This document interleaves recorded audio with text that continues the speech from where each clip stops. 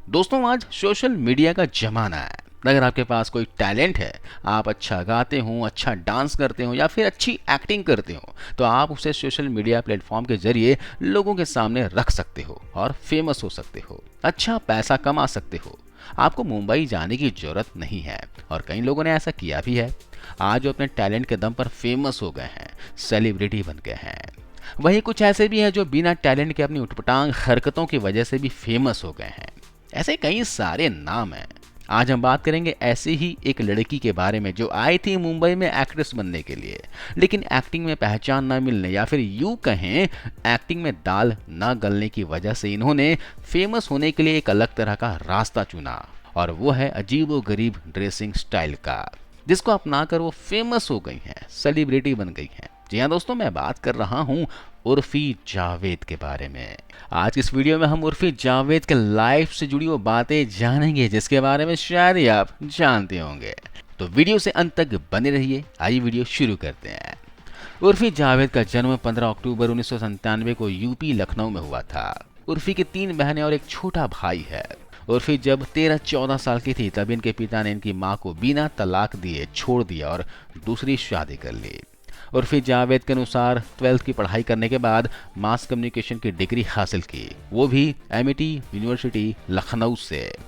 इससे यह लगता है कि उर्फी एक अच्छी एजुकेटेड फैमिली से बिलोंग करती हैं, क्योंकि शायद ही कोई गरीब घर की लड़की एमिटी यूनिवर्सिटी में पढ़ने में सक्षम होगी।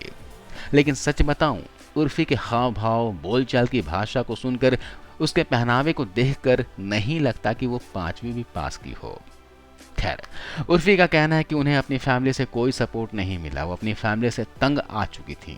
वो ये भी कहती हैं कि घर में उनके पिता के द्वारा शारीरिक शोषण भी हुआ और मात्र 17 साल की छोटी सी उम्र में लखनऊ से दिल्ली भाग गई और वापस कभी नहीं लौटी। अब यहाँ यह बात गलत साबित होता है कि इन्होंने लखनऊ की एमिटी से मास कम्युनिकेशन की पढ़ाई की है। उर्फी के अनुसार वो दिल्ली आकर मॉडलिंग में ट्राई करने लगी थी।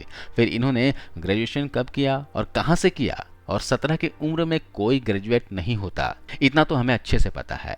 खैर, दिल्ली जाकर इन्होंने मॉडलिंग में कुछ छोटे मोटे असाइनमेंट किए, लेकिन वो कुछ खास नहीं थे। गुजारा भी चलाना मुश्किल हो गया था। जब दिल्ली में दाल नहीं गली तो मुंबई आ गई। साल 2015 में मुंबई आई और साल 2016 में इन्होंने पहली बार काम किया सोनी टीवी के एक शो में। उस शो का नाम था बड़े भैया की दुल्हनिया।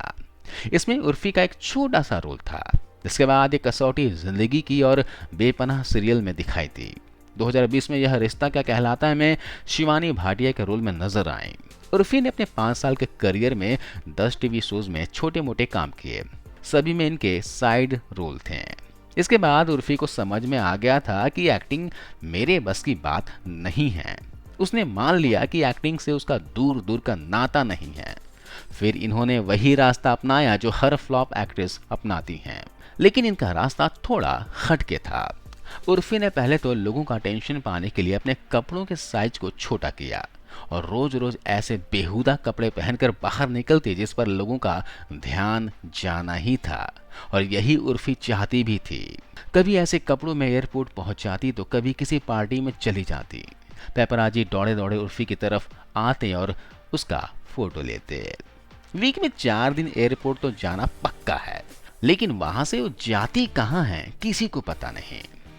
जहाँ कुछ इनको पसंद करते हैं तो कुछ लोग इनकी इस हरकत पर नाराज होते हैं, क्योंकि इनके कपड़े का डिजाइन बहुत ही बेहुदा होता है। आज के समय में फैशन के नाम पर इन्होंने जो कारनामा किया हुआ है उसकी वजह से चारों तरफ तहलका मचा हुआ है। लोग अपने घर की लड़कियों को उर्फी नाम की तबाही से बचाने में लगे हुए हैं, कहीं उस पर उर्फी की नजर ना लग जाए, क्योंकि आज के समय में सोशल मीडिया पर उर्फी का फैशन का जादू तो चला हुआ है।